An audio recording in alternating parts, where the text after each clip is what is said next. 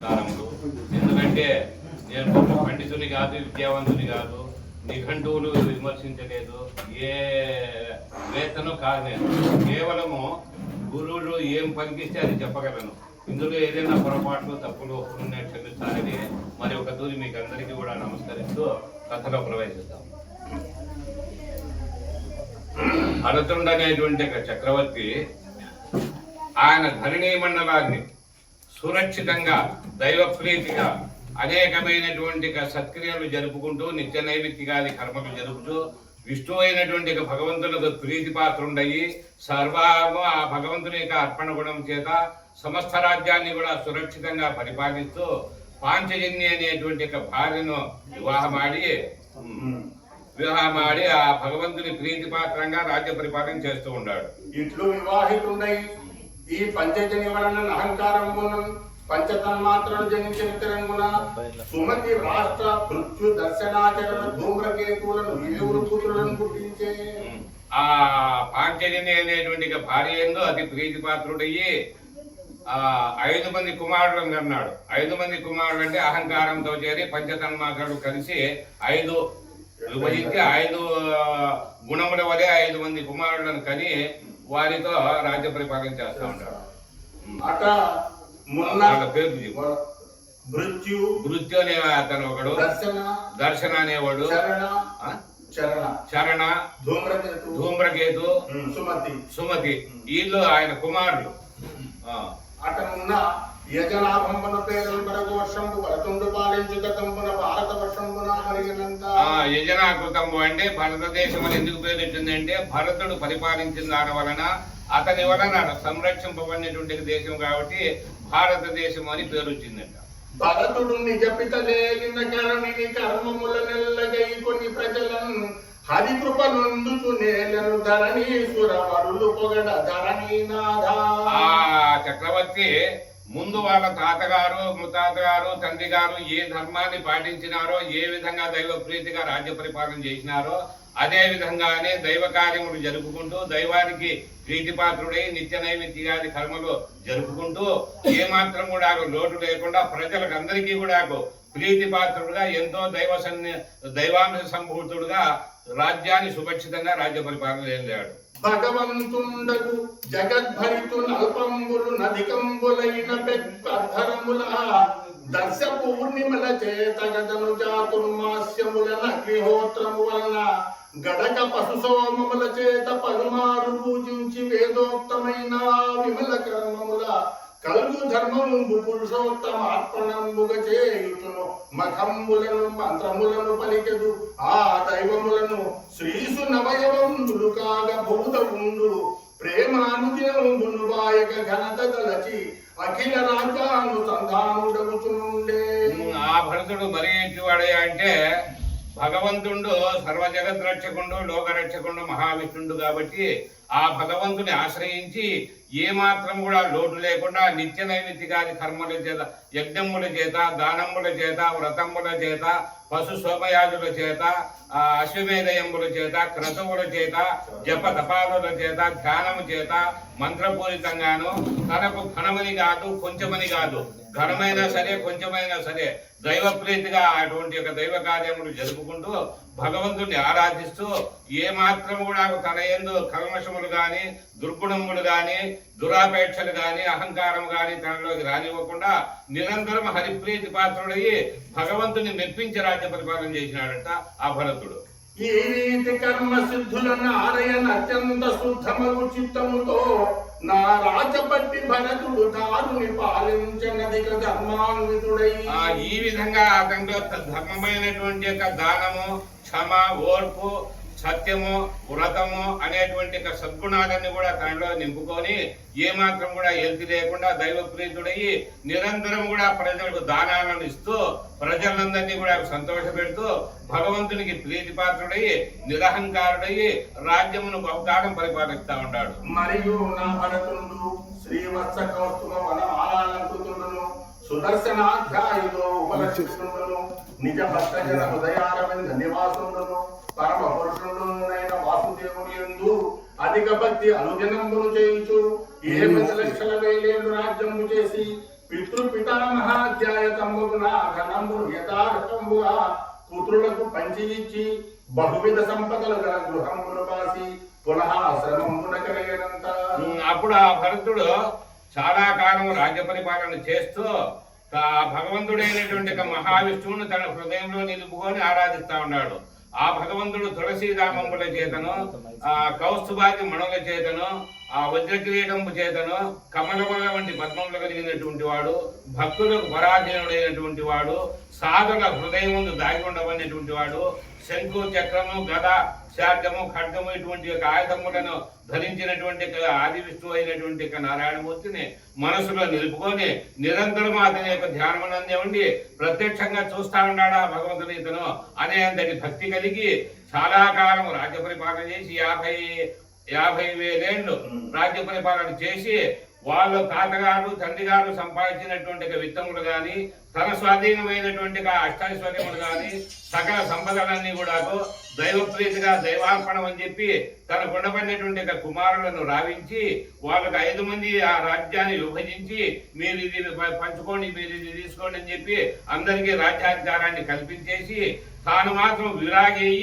వైరాగ్యము పూని ఎంతో సుఖవంతమైనటువంటి అష్టైశ్వర్యములు భోగములు రాజ్యాధికారం ఉండబడినటువంటి గృహమును వదిలిపెట్టేసి సమస్తమైన సంపదలను దూరం చేసుకొని వైరాగ్యమును పూని కులశ్రాశ్రమం అనేటువంటి ఆశ్రమానికి తపస్సు గెలిపినాడంట. ఏ ఆశ్రమం ఇందిరాధీశ్వరుడచటి వారలను ఆదరించి ప్రత్యక్షమున నుండు పాయక ఎప్పుడు అట్టి రమ్యంబైన ఆశ్రమున నిలచి సాలగ్రామములు గల గండకీ నది ఎందునెంతయు కదిసియుండు నచ్చోటనే కాకి ఎలుతులు భరతుండు బహువిధ నవపుష్ప పల్లవముల నతుల తులసీ దళంబుల నంబువులను కందమూలాది ఫలముల గంజములను ఘనత నర్పించు నిచ్చలు తడివి లేక సేవ చేయుతుండెనా శ్రీసుహరిని. ఏ ఆశ్రమమున ఇందిరాధీశ్వరుడ ఆ భరతుడు పులస్థాశ్రమమునందు ఉన్నాడట. పులస్థాశ్రమం అంటే ఆ ఆశ్రమం ఎలాంటిదంటే నిరంతరము కూడా భగవంతుడైనటువంటి మహావిష్ణువు భక్తులకు దర్శనమిచ్చేటువంటి స్థలం అది. ఎవరు తనను ఆరాధించినా, ఎవరు పోషించినా, ఎవరు అక్కడ సేవ చేసినా ఆ భగవంతుని ప్రత్యక్షంగా చూడగలుగుతారు. అంతటి పవిత్రమైనటువంటి ఆశ్రమం అది. అటువంటి యొక్క ఆశ్రమం దగ్గర గండకీ నది అనేటువంటి పెద్ద నది పారుతా ఉంది. దాంట్లో సాలగ్రాములు ఉన్నాయి, శివలింగాలు, పవిత్రమైనటువంటి దేవతా మూర్తులు ఉండబడినటువంటి నది అది. అటువంటి గండకీ నది దగ్గర నిరంతరము పుష్పముల చేత, ఫలంబుల చేత, ధూపదీప నైవేద్యముల చేత, కర్పూరాదుల చేత, దానముల చేత, ధర్మముల చేత ఇది అపారమైనటువంటి భక్తి సరుపుచు ఆ భగవంతుని ఆరాధిస్తా ఉన్నాడంటే ఎవరు? భరతుడు. దానం చేసి విగత విషయాభిలాషుండై శమదమాది గుణములు కలిగి యథేచ్ఛం చేసి ఎడతెగక పరమ పురుషుని పరిచర్యా భక్తి ఫలంపున శిథిలీకృత హృదయ గ్రంథిని కలిగి సంతోషాతిశయమున పులకాంతితుండు ఆనంద బాష్ప నిరుద్ధావలోకన ఎనుండు నగుచు. అతను నిష్కాముడై ఉన్నాడు. కామమే లేదు తనలో ఏమాత్రం గాని కోరిక అనేటువంటి దానిని రానివ్వకుండా, విషయాలు మనసును పోనివ్వకుండా నిరంతరం కూడా పరమాత్మని చింతయందు పరమాత్మని సేవలేందే దినములు గడుపుతూ తనలో ఉండబడినటువంటి హృదయాన్ని శిథిలీభూతం చేసినాడు. అంటే శమదమాది గుణములు కలిగి శమము, దమము, ఉపనతి, తితీక్ష, శ్రద్ధ, సమాధానం అనేటువంటి సద్గుణాలన్నీ తనలో ఉన్నాయి. దాని చేత దైవ ప్రేరితుండయి కామాది విషయాలకు ఆలవాలమైనటువంటిది, విషయ సంకల్పాలకు నిలయమైనటువంటిది, ప్రపంచ భ్రాంతి కలిగినటువంటి హృదయాన్ని విచ్ఛేదం మార్చినాడంటే ఆ హృదయమే లేకుండా చేసేసినాడు. హృదయమే లేనప్పుడు సంకల్పమే లేదు. ఆ విధంగా నిర్విచారమైనటువంటి మనస్సుతో అనేకమైనటువంటి శ్రవణ మనన నిధిధ్యాసల చేత, వందనార్చనముల చేత అనంతమైనటువంటి భగవంతుని సేవిస్తా ఉన్నాడు భరతుడు. నిజస్వామి అయిన హరి చరణార విందాను ధ్యాన పరిచిత భక్తి యోగమున పరమానంద గంభీర హృదయమును అమృత హృదయమున నిమగ్నుండగుచు ఆ నిరంతరము దైవ భక్తి అనేటువంటి చింత చేత, అతని పైన ఉండబడినటువంటి విశ్వాసము భక్తి చేత తన హృదయము అమృతంతో నిండిపోయింది కానీ విషయాదులతో కాదు. ఆ అమృతపానం చేసేటువంటి వారు జన మరణాదులు లేకుండా ఏ విధంగా ఉంటారో ఆ విధంగా అమృతపానం తన హృదయమునందే సేవించుకుంటూ పరమాత్మని సేవ చేస్తూ చింతన చేస్తూ తన్మయుడైపోతా ఉన్నాడు దైవ ధ్యానంలో. తానప్పుడు పూజించు పూజ నిరుంగక ఇట్లు భగవద్ వ్రతంబు ధరించి ఏనాజన వాస త్రివశన స్నానంబుల నాథ కుటిల కపిసవర్ణ జటాకలాపంబులు కలిగి మార్తాండాంతర్గతుండైన పరమేశ్వరుని హిరణ్మయ పుత్రునిగా తలంచుతూ ఇట్లని అప్పుడు తన యొక్క శరీరమును కూడా మారిపోయింది. జటాధారి అయినాడు, కాషాయ వస్త్రమును ధరించినాడు, రుద్రాక్ష పూర్ణకుండలను ధరించినాడు, విభూధారణ చేసినాడు, తన యొక్క ఆభరణాలన్నీ కూడా మార్చుకున్నాడు.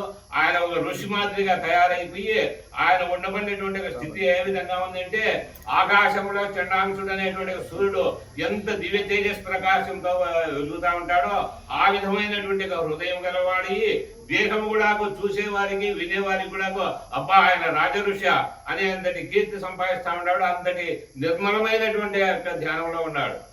కర్మ ఫలముల గడక నిచ్చుచు మనో వ్యాపారమున నిట్టి అఖిల లోకముల చేసి ఆ లోకములకు నంతర్యామి ఎదుగు ప్రవేశించి అంత మీద నానంద రూపమైనట్టి బ్రహ్మము కోరుచున్న జీవుని తన మహిమ యోగ శక్తిచే తగ అనిశంగుగా పాలన చేయుచుండి అంతటను మాతాంగ మధ్యవర్తి ఎదుగు నిళ్ళు వరలుచు జగముల యందు నుండి ప్రకృతి పొందకంత నటుల దివ్యమూర్తి అయిన ఆనంద రూపము శరణు ముందే భరత విభుడు.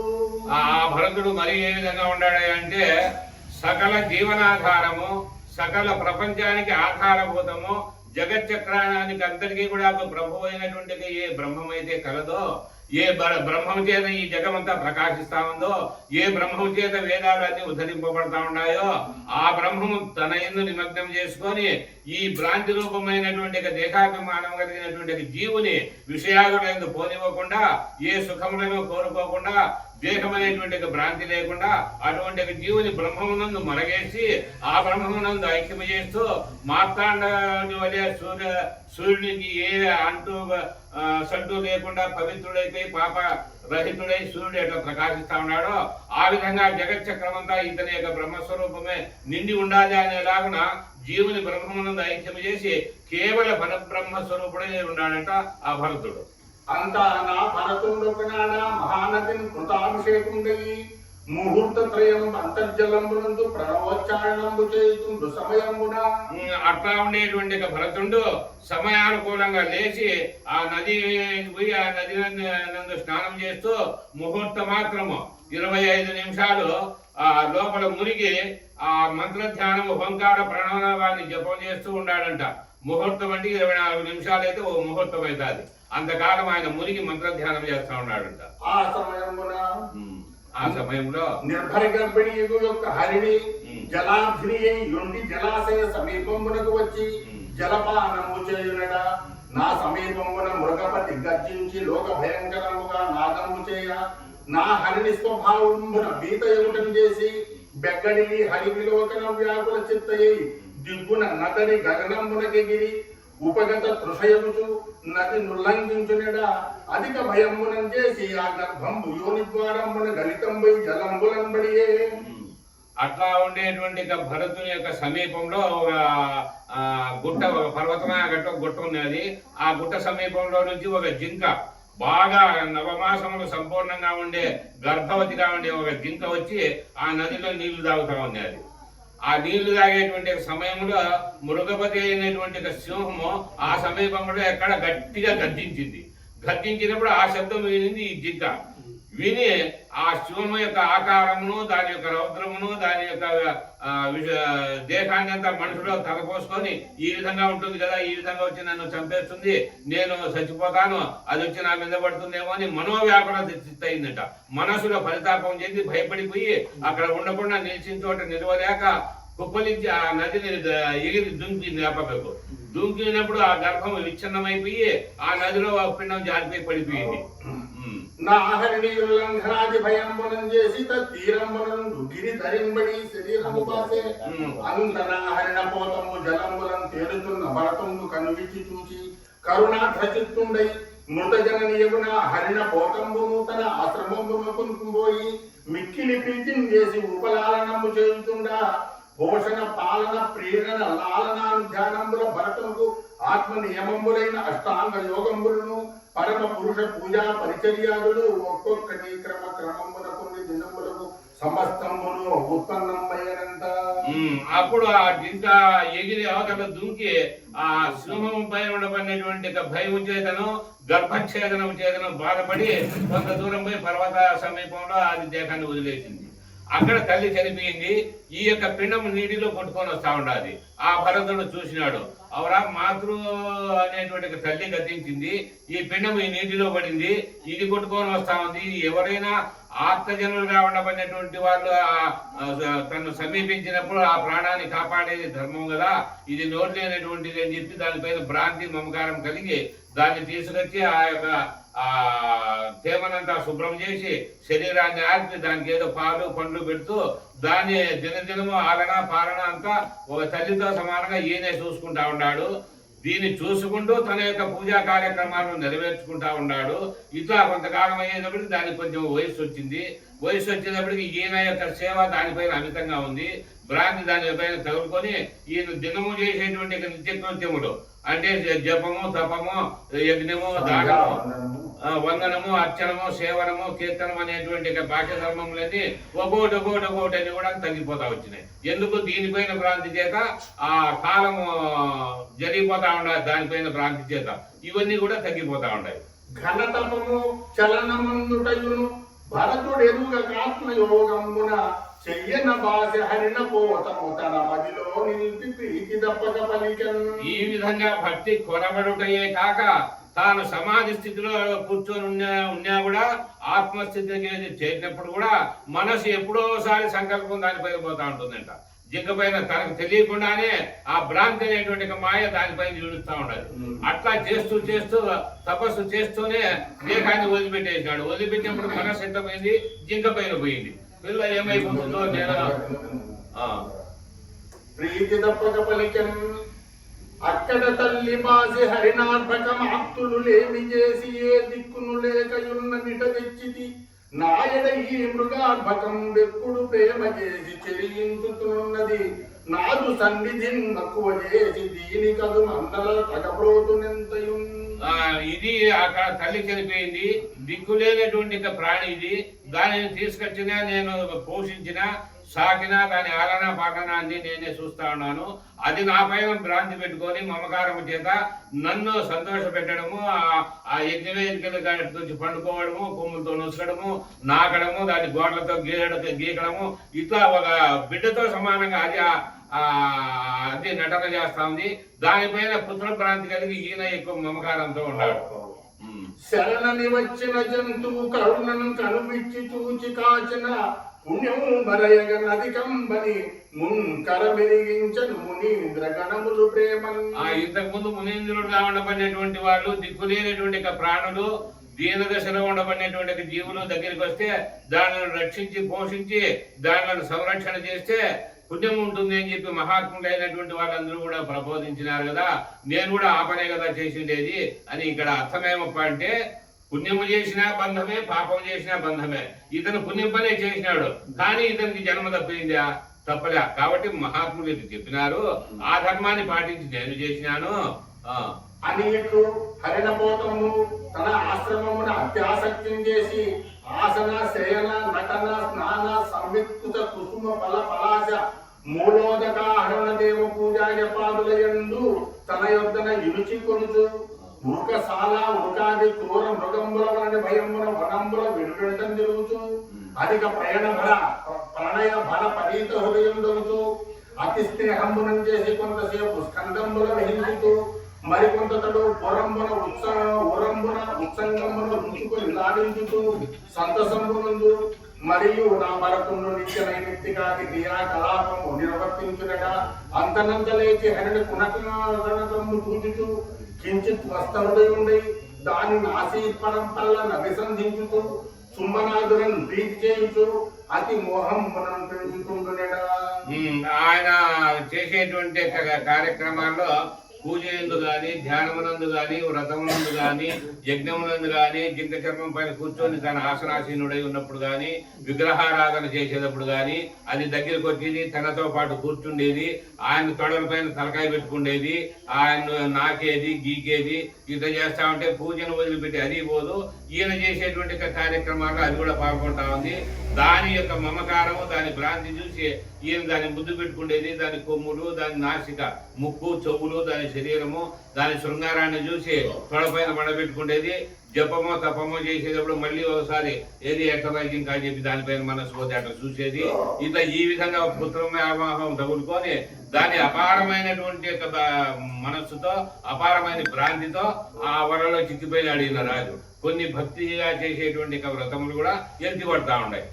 ఇట్లుండా గురువులు వారి పిట్టునికి కొమ్ముల జిమ్ముతున్నంతనంత దగ్గరతును కాలు ద్రవ్వుతున్న కమ్ముల గీరుచు గాసి చేయుచు నొరగుతు దారుణీశ్వరుని ఊరులను సేయించి అంతలో నరకడే కూర్చుని మొదలి ఆడుతున్నా హరిణంబులీలతో వచ్చేది. ఆయన గీకేది, కొమ్ములతో ఇట్లా పొడిచేది, ఆయన తొడపైన పడుకుండేది, మూసూసేది, ఆయన ఆలింగనం చేసేది.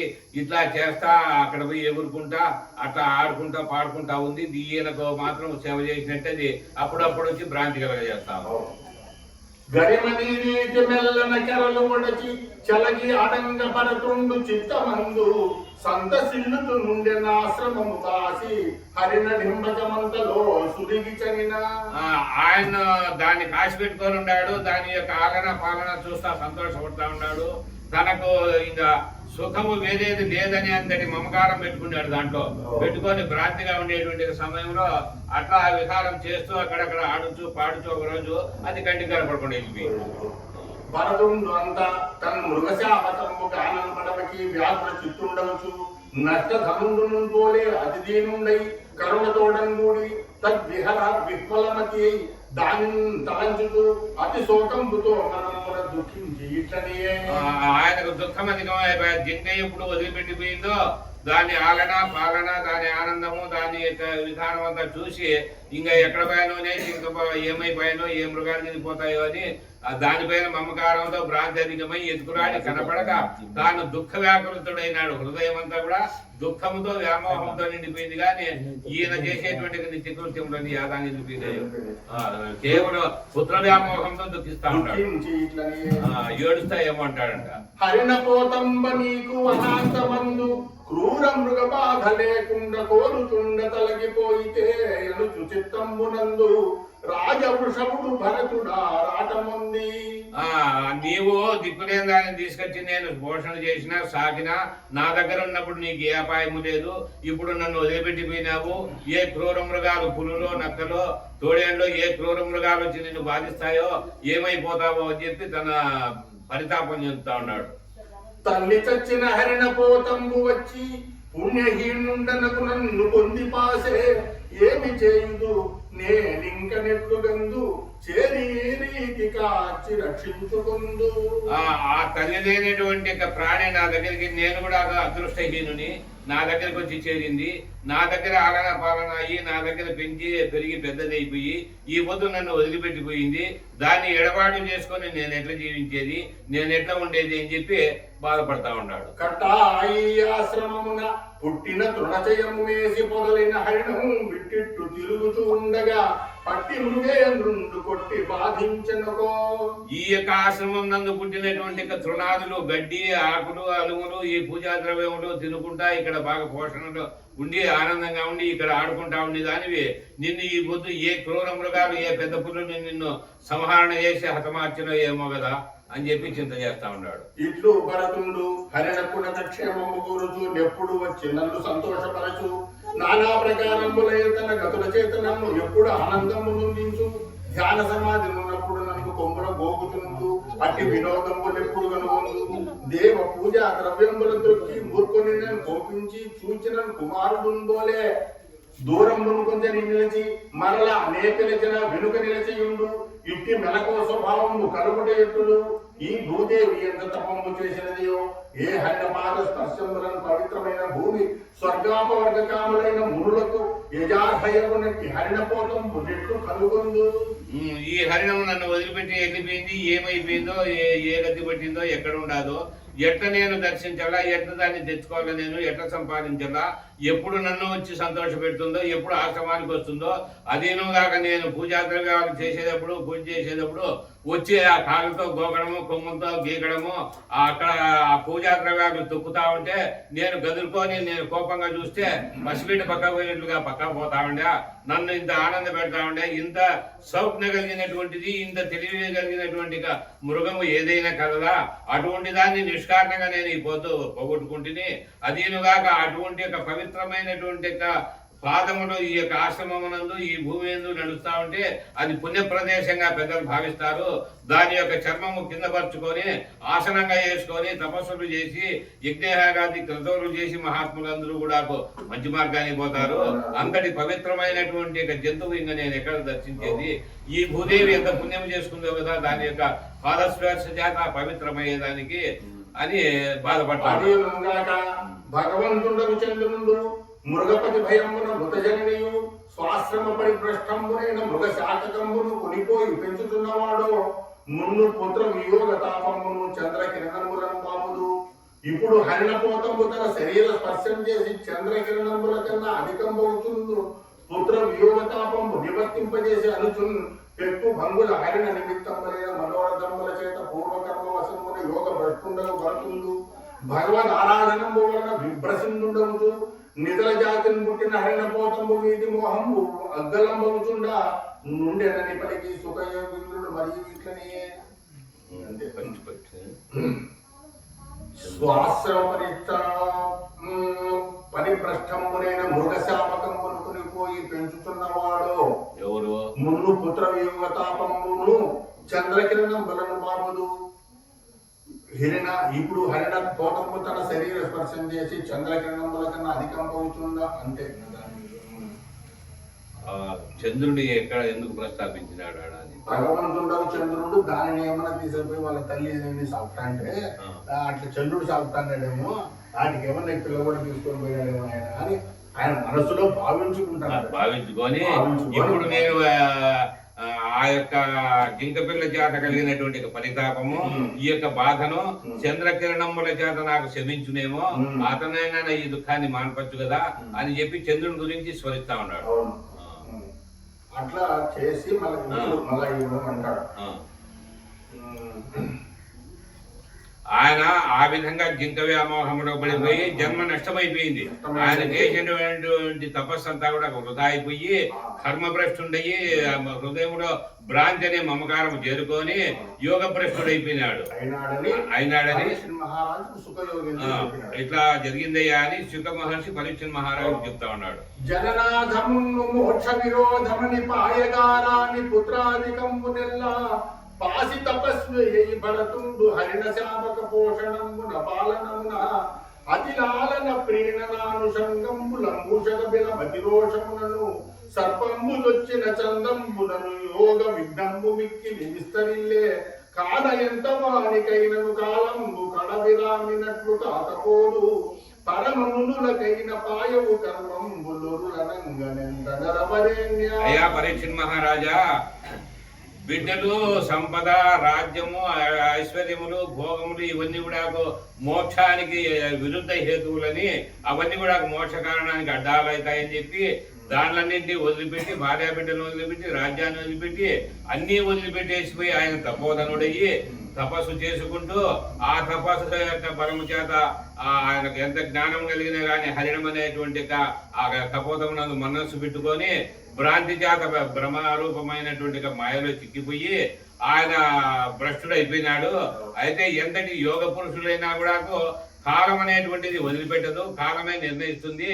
ఈయన ఎట్లా పోయినాడంటే ఒక సర్పము దీంట్లో ఉంది, బిలంలో రంధ్రము, సర్పం ఉండే బిలంలోకి ఎలక దూరిపోయినట్టు తనకు ప్రాణహాని ఉండాలి ఇక్కడ అని చెప్పి తెలియక పాము ఉండేటువంటి ఒక పక్కలోకి ఎలగదూరిపోయినట్టు ఈయన జింకను తెచ్చుకొని ఇది కర్మహేతువు బంధహేతువు అని చెప్పి తెలియకుండా ఆ భ్రాంతిలోకి దూరిపోయినాడు. ఈయన ఎంతటి మునీశ్వరులైనా ఎంతటి తపోధనులైనా కూడా భ్రాంతిని దాటేదానికి దుస్తరమో ఎంతటి వారికి కూడా మాయా శక్తి వదిలిపెట్టదు. ఇటువంటి యొక్క మాయను వదిలిపెట్టేదానికి ఎంతటి వారు తప్పించుకోలేదప్ప దానికి కాలమే నిర్ణయిస్తూ ఉంటుంది. కాలం మాయాజనితమైనటువంటిది. ఏ కాలం ఎప్పుడు వస్తుందో, ఎవరికి ఏ కర్మ తటస్థవుతుందో, ఎవరి ఎట్లా జన్మ మారుతుందో అది కాలం చేతిలోనే ఉండాలి. కాల నిర్ణయం అది అని చెప్పి పరీక్ష మహారాజు చెప్తా ఉన్నాడు శుద్ధయోగి. తర్వాత భరతుడు జింక పిల్లగా పుట్టుట. భరతుండలన అంత్యకాలము వ్యసన్ ప్రాపింపగా నకుడా హరిణంబున్ కడు భక్తి పుత్రుగతి నత్యాసక్తి వీక్షింప నా హరిణంబున్ తన ఆత్మలో నిలిపి దేహం మంతటన్ బాసి తా హరిణీ గర్భమునం జనించి హరిణంబై యొప్ప పూర్ణ స్మృతి. ఆ భరతుడు ఆ జింక పిల్లని తెచ్చుకొని ఆలింగనం చేసి దాన్ని పుత్రుని మాదిరిగా పోషించి భ్రాంతి దాని ఎందు చిక్కుట చేత ఈయన ఎంతటి తపోధనుడైనా ఎంతటి భక్తుడైనా గాని ఈ దేహాన్ని వదిలేటువంటి సమయంలో ఆ మనస్సు అనేటువంటి మాయ ఈడ్చింది. అక్కడ ఆ జింక పైన భ్రాంతి పెట్టుకుని దేహాన్ని వదిలిపెట్టినాడు. అప్పుడు ఆ భ్రాంతి చేత ఒక జింక గర్భంలో పోవాల్సి వచ్చి ఈయన జింకకు పిల్లగా పుట్టి జింక జన్మ వచ్చింది భరతునికి. ఇట్లు భరతుండు హరిణి గర్భమునన్ పుట్టియు భగవద్ ఆరాధనా సామర్థ్యమునంతన మృగత్వ కారణం తెలిసి కడుం పాపం అప్పుడు ఈయన జింక గర్భంలో పుట్టినాడు. కానీ ఈయన చేసినటువంటి తపోబలము చేత, వ్రతముల చేత, దైవ ధ్యానము చేత, ఈయన చేసినటువంటి తపశక్తి చేత పూర్వజన్మ స్మృతి ఉంది ఈయనకు. అంటే ముందు నేను భరతుని కదా, నేను ఈ భ్రాంతి చేత ఈ జింక గర్భంలోకి వచ్చినాను కదా అని చెప్పి పూర్వ స్మృతి కలిగి దానిని మరణం చేసుకుంటా ఉన్నాడు. ఎందుకు? తన భక్తి చెడలే. రాజులు ప్రస్తుతింపసురరాజ సమానుడనై తనూజులం రాజుల చేసి తాపసులు రాజ రుచీంద్రుడటంచు పల్కగా తేజము నుండి ఆ హరిణ దేహమునందలి ప్రీతి చేసి నాయోజ సెడంగనే చెడితి యోగి జనంబులలోన బేరమై. అయ్యో ఎంత దుర్గతి వచ్చి నాకు.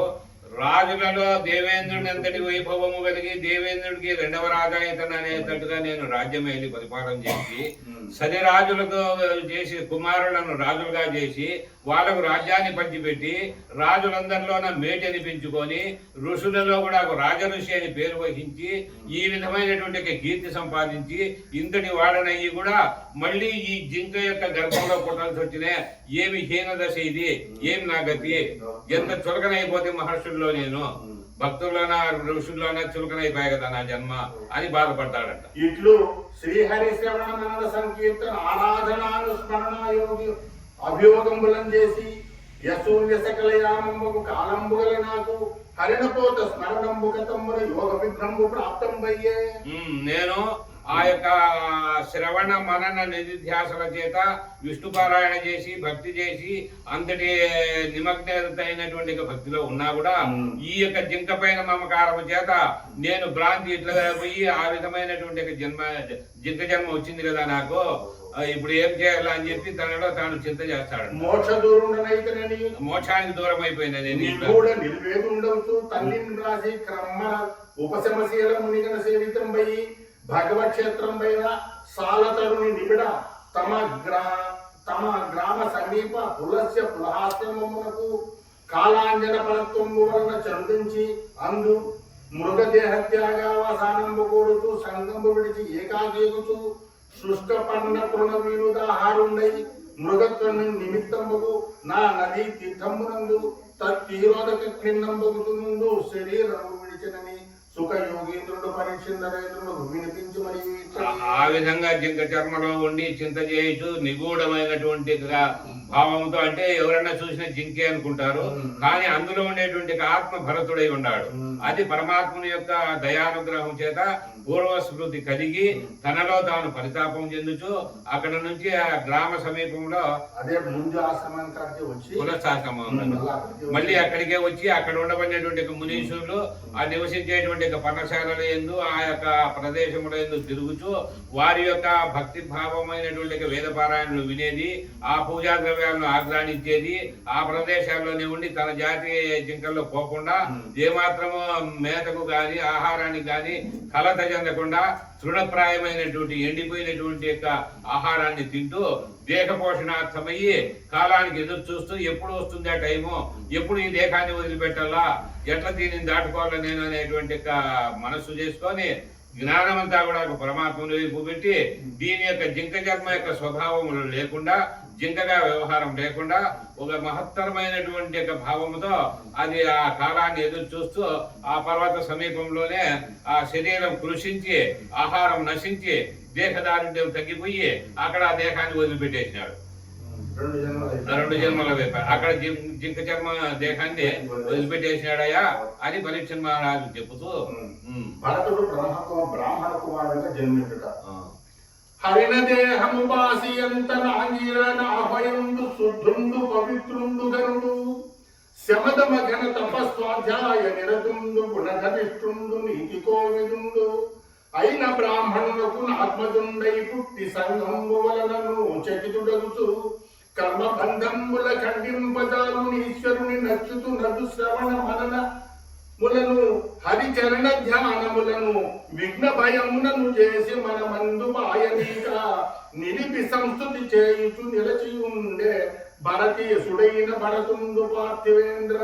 అయ్యా పరీక్ష మహారాజా, ఆ భరతుడు జింక దేహాన్ని వదిలిపెట్టేసి ఒక ఆంగీరసుడు అనేటువంటి బ్రాహ్మణోత్తముడు, ఆయన సత్య సంపన్నుడు, దయాశీలుడు, భూతదయ కలిగినటువంటి వాడు, సద్గుణములు కలిగినటువంటి వాడు, నిరంతరము కూడా విష్ణుపారాయణ చేసేటువంటి వాడు, శమదమాది గుణములు కలిగినటువంటి వాడు, మనసులో ఎప్పుడూ వేదపారాయణ వేదధ్యాయనము నిత్య నైమిత్తికాది కర్మలను చేయుచు నిజస్వరూపమైనటువంటి ఆత్మధ్యాన పారీణుడయ్యి ఉండబడినటువంటి బ్రాహ్మణోత్తముని గర్భములో ఈయన ఆంగీరసుని యొక్క గర్భవాసమందు పుట్టినాడు.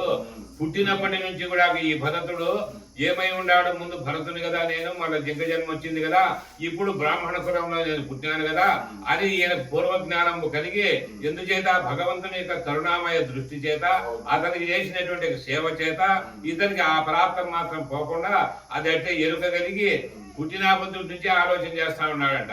శ్రవణ మనన నిధిధ్యాసల చేత గాని, తపోవలంబుల చేత గాని, దాన ధర్మాది క్రియల చేత గాని, సత్కర్మల చేత గాని, దుష్కర్మల చేత గాని దేని చేతనైనా బంధమేనో, దేని చేత కూడా తగులం కలిగి ఉంటుంది, జన్మ కారణమై ఉంటుంది, ఇక మాత్రం మోసపోరాదు, ఇక పొరపాటు పడరాదు అని అతని యొక్క గర్భవాసం పుట్టిన బ్రాహ్మణోత్తముడు అనుకుంటా ఉన్నాడంట. ఇట్లు అంగీరసుడు ప్రథమ భార్య యందు పుత్రనవకంబును, కనిష్ట భార్య యందు స్త్రీ పురుషుల ఇద్దరును కలుగని చేసిన అందు పురుషుండు పరమ భాగవతుండును, రాజర్షి ప్రవరుండును, ఉత్కృష్ట మృగ శరీరుండును, జరమ శరీరమున ప్రాప్త విప్ర శరీరుండును భరతుండయ్యే. అతను ఆ జన్మమున అన్యజన సంగము జన్మ పరంపరలకు కారణమని అత్యంత భయపడింది. కర్మబంధ విధ్వంసన శ్రవణ స్మరణాదుల శ్రీహరి అనుగ్రహములను పూర్వజన్మ పరంపరల స్మరించుతూ తన స్వరూపము ఉన్మత్త జడాంత బదిర రూపముల లోపులను చూపుతుండే. ఆ భరతుడు ఆంగీరసుడు అనేటువంటి మునీంద్రునికి ఇద్దరు భార్యలు అయితే పెద్ద భార్యకు 9 మంది కుమారుడు, రెండవ భార్యకు ఒక కుమారుడు కుమార్తె, అట్లా సంతానం కలిగినటువంటి వాళ్ళు ఆ బ్రాహ్మణ కులము. వాళ్ళలో కడగుట్టు వాడుగా పుట్టినాడు ఎవరు, ఈ భరతుడు. రెండవ భార్య ఎందుకు పుడితే ముందు పుట్టినటువంటి భార్యకు అందరూ అన్నగారే కదా పెద్దోళ్ళు అందరూ. అయితే ఈయన పుట్టినప్పటి నుంచి కూడా ఏమనుకుంటా ఉన్నాడు, కర్మబంధాలన్నీ కూడా జన్మహేతువు లేను, తల్లిని తండ్రిని అన్నలని తమ్ములని గృహమని బాంధవ్యమని ఈ యొక్క ఉండబడినటువంటి ప్రపంచ లౌకిక ధర్మాలన్నీ కూడా మోక్ష కారణానికి విరుద్ధం లేనివి, ఇవన్నీ కూడా కర్మబంధాలేను, ఇట్లా మోసపోయి కదా నాకు ఎన్ని జన్మలు వచ్చిండేది, ముందు భరతుడనై ఉండి మళ్ళీ జింక జన్మం ఎత్తి మళ్ళీ ఈ ఆంగీరసుని గర్భవాసమందు బ్రాహ్మణుడిగా పుట్టాను. ఇక మాత్రం మోసపోరాదు, ఇక ఈ జన్మను వృధా చేసుకోరాదు, ఎంత మాత్రమైన జాగరూకుడనై పరమాత్మని సన్నిధి చేరుకోవాల అనేటువంటి జ్ఞానము కలిగి చూసే వాళ్ళకి ఏదో వాడు మూగోడు, వాడు చౌటోడు, వాడు ఏమి పనికిరానోడు, వాడు మొద్దు, వాడు అమాయకుడు, మూఢుడు అనిపించుకునేటట్టుగా తనకు ప్రాప్తమైనటువంటి దేహాన్ని స్మరించుకుంటూ ఆయన అందరికీ లోపలికి ఇట్లా నటన కనపడతా వ్యవహారం చేస్తా ఉన్నాడు. జనకుండాంగిరసుండునాత్మకుని వాత్సల్యంబునను పెంచుతున్ తనరం జౌలం కాగ్రకర్మముల చేతన్ సంస్కృతం చేసి పాయని మోహంబున నిచ్చలున్ కడక శౌచాచారములు చెప్పినన్ గనుడా భాగవతుండు అసమ్మతిని తత్కర్మంబులం రేపునన్. ఈ ఆంగీరసుడు వాళ్ళ తండ్రి కడగొట్టి కుమారుడని, చిన్నవాడని, వాడేదో మూర్ఖతగా ఉన్నాడు, అమాయకుడు, మూఢుడని అమితమైనటువంటి ప్రేమ అతని పైన ఇతనికి, ఎవరికి? ఆంగీరసుడికి, ఆ తండ్రికి. ఆయన దగ్గర పిలిచేది, ఆ పిల్లోని ఆలింగనం చేసేది, ఆయన స్నానము పానాదులు మంచి చెడ్డ అన్ని కూడా శాస్త్రోక్తంగా బ్రాహ్మణాచారమైనటువంటి విద్యలన్నీ ఏం చేసి ఉన్నాయో అటువంటివన్నీ కూడా నిత్య నైమిత్తికారి కర్మలు నేర్పిస్తూ వేదపారాయణ చేయిస్తూ ఆ గాయత్రి మంత్ర పారాయణ చేయిస్తూ ఆ బ్రాహ్మణులు కావాల్సినటువంటి సదాచార సంపన్నత అంతా కూడా ఆ పిల్లోనికి బోధ చేస్తా ఉన్నాడు, నేర్పిస్తా ఉన్నాడు. కానీ అయిష్టంగా ఇవన్నీ కూడా నాకు అవసరం లేదు, ఇవన్నీ కూడా బంధహేతు లేదని చెప్పి తప్పకూడదని ధర్మం తప్పకుండా ఆచరిస్తా ఉన్నాడు, నటిస్తా ఉన్నాడు, అయిష్టంగా వ్యవహరిస్తా ఉన్నాడు. బ్రాహ్మణ కుమారులు కర్మములందు ఇచ్చలేకయుండిను పితృనియోగ నిర్బంధమున పితృ సన్నిధియందు యశమీచీనముగా వ్యాహృతి ప్రణవ శిర సహితమగునట్లు గాయత్రి మంత్రోపదేశమునంది చైత్రాది చతుర్మాసంబుల సమవేతంబుగా వేదంబుల అధ్యయనము చేయుచుండే జనకు నాత్మకుని శిష్టాచారము చే శిష్టింపవలన లోకాచారము అనువర్తించి ఆత్మభూతుండకు ఆత్మగుణందు అభినివేశ చిత్తుండవచ్చు శౌచ చమనాధ్యాయన వ్రత నియమకు వరలన శుశ్రూషణాధికముల అభియుక్తంబులైన పుత్రునిచే వనరింపింపుచు అప్రాప్త మనోరసుండయ్యనంత. ఆ ఆంగీరసుడు ఈ యొక్క పిల్లవానికి ఎట్లా నేర్పిస్తా ఉన్నాడు? బలవత్కారంగా అతనికి ఇష్టము లేకపోయినా, అతను ఆచరించలేకపోయినా కానీ బలవంతంగా ఒక ఎద్దుండాది పట్టకచ్చి దానికి ఎంత శిక్ష చేస్తే అది నేర్చుకుండేది.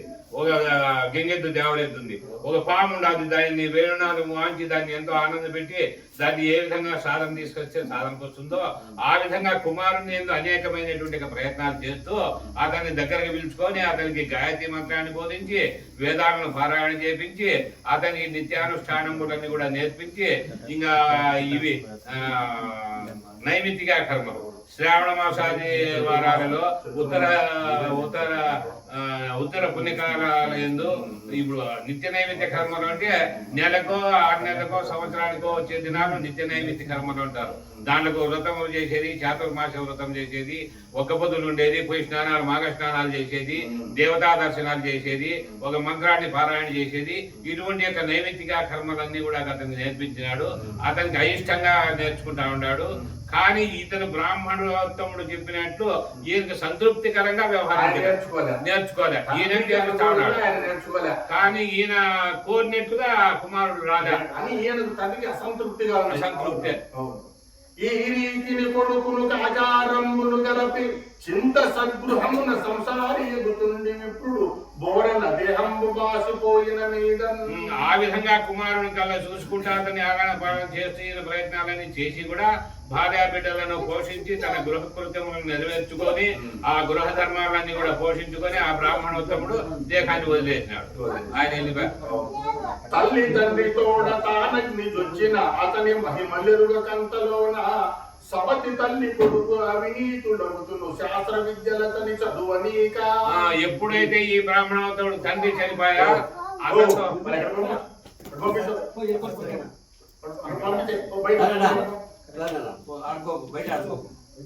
ఆంగీరసుడు తండ్రి చనిపోయా, ఆ భర్తతో మాదిరి భార్య కూడా సహగమనం చేసి ఆయన కూడా చనిపోయా. తల్లిదండ్రులు ఇద్దరు చనిపోయిన తర్వాత ఈ సవతి బిడ్డలైనటువంటి యొక్క పెద్దవారి బిడ్డలు 9 మంది కొడుకులు, వీళ్ళు దుర్మార్గులైనారు. బ్రాహ్మణాచారం వాళ్ళకి తెలియదు. బ్రాహ్మణ సంపత్తిలో నడసాల్సినటువంటి మార్గం లేకుండా వీళ్ళు దుర్మార్గులైనారు. దుర్మార్గులు ఈ భరతుడు పుట్టినటువంటి శరీరం ఉంది, రెండవ చిన్న కుమారుడు, అతని పైన ద్వేషం వహించినది. అతన్ని శాస్త్ర విద్యను కూడా చదవనీయలేదు. అతన్ని వేదపారాయణ చేయలేదా, ఏ సత్కార్యాలు చేయలేదా. ఎందుకంటే వీళ్ళు పెద్ద ఆయన బిడ్డలు, ఆయన చిన్న ఆయన కొడుకు. అందులో ఆయన అందరికంటే చిన్నవాడు. వీళ్ళకి అధికారం ఉంది, ఆయన అంతటోడు కాదు. అందువల్ల వీళ్ళు అధికారం చెలాయిస్తాడు. బ్రాహ్మణ కుమారుని సవతి తల్లి కొడుకులు వేద విద్యల వలన పాపిన గృహ కర్మముల అతని నియమించిన గృహ కర్మములు ఏమిటి చేయాలి? కసువుడు సూర జీవాలు కట్టేరా, దానికి నీళ్ళు ఆపు, దీనిలో మేపకు రాపో, కాడకాలు తీసేయి. అది గృహ కృత్యములకు ఇంటి పనులను వాడుకుంటా ఉన్నారట ఆయన. ధరణీసురోత్తముడు తా నరుదుగు తమవారు చెప్పినవి ఎల్లను మన కందు ప్రీతి చేయగా నిరతము గృహ కర్మట్లు నిరపుతుండెన్. ఆ విధంగా వీళ్ళు నియమిస్తే ఆ పిల్లోడు మాత్రం తిరగబడకుండా, ఎదురు చెప్పకుండా, అది వాళ్ళు చెప్పినటువంటి పనులన్నీ కూడా ఈయన హృదయంలో ఎట్లుంటాయి? భగవంతుని యొక్క సేవాభావంతో ఉంటాయి. అట్లా ఉండుట చేత గృహకృత్యం ఏంటివి అవుననకుండా, కాదనకుండా, అయిష్టపడకుండా, వాళ్ళ పైన తిరగబడకుండా తన ప్రీతిగా చేస్తా ఉన్నాడంట పనులన్నీ. ఇట్లు గృహకర్మ ప్రవర్తనుండు మూఢులకు ద్విపాత్ పశువులచే ఉన్మత్త జడ బధిర అని ఆహూయమానుండవునప్పుడు తదనురూపములకు సంభాషణములను నడుచుతూ ఛాయ దృశ్చలం చేసి విష్టివేదన యాక్షాదుల వలన నియుక్త కర్మములను ప్రవర్తించుతూ ఆయన చేసేటువంటి కప్పలను దేన్ని వ్యతిరేకించకుండా చేస్తా ఉన్నాడు. స్నేహితులు గాని, ఇంటివారు గాని, అన్నగారు గాని, ఎవరైనా బంధువులు గాని, ఎవరైనా చూసేదానికి ఎట్లున్నాడంటే ఈయనతో మాట్లాడితే మాట్లాడదా, మూగుడు ఈడు, మనం చెప్పినా వినిపించుకోడు, చోటోడు గుడ్డోడు, ఈయన కళ్ళు కనపడతాయా లేదా, ఈయన శరీరం చూడి, వారి యొక్క నడక చూడి, వారి ప్రవర్తన చూడి ఎంత అమాయకుడు, మూర్ఖుడు అని చెప్పి సంబోధించినా కూడా వాళ్ళకు తద్రూపంగానే మాట్లాడతాడు. మూగోడుగా ఎవడు చూసి మాట్లాడతాడో ఈయన మూగోడుగానే మాట్లాడతాడు. ఎవడు చోటోడు అని భావిస్తాడో వాళ్ళకు చోటోనే కట్టే ఉంటాడు. ఎవడు గుడ్డోనే కట్టి ఉంటాడు, ఈయన గుడ్డోనే కట్టే ఉంటాడు. ఎవరిలో ఏ గుణం ఉండాలో ఆ గుణానికి సరిపోయేటట్టుగానే ఈయన సంభాషణ, ఈయన వ్యవహారం ఉంటుంది. అతుల మృష్టాన్నమైన గణన్నమైన ఎగ్గి పెట్టిన జిహ్వకు హితముగా తలచి భక్షించుగా కొండు తలచి విపులం రీతి చేయడు ఋతులను పెంపుతోడా. ఆయనకు మృష్టాన్నం మంచి పదార్థం చేసి పెట్టి రుచిగా ఉండేది, అలంకరంగా ఉండేది చేసి పెట్టినా తింటాడు. లేదు విహితముగా అనేటువంటి తినేదానికి అని కానీ దుష్ట పదార్థం తీసుకొచ్చి అపవిత్రమైనది తీసుకొచ్చి పెట్టినా కూడా ఇది తినను అన్నాడు. దాన్ని దీన్ని రొట్టిని సమానంగానే చూసుకుంటాడు. కానీ ఆత్మయందు మాత్రము దృష్టి ఏమారడు.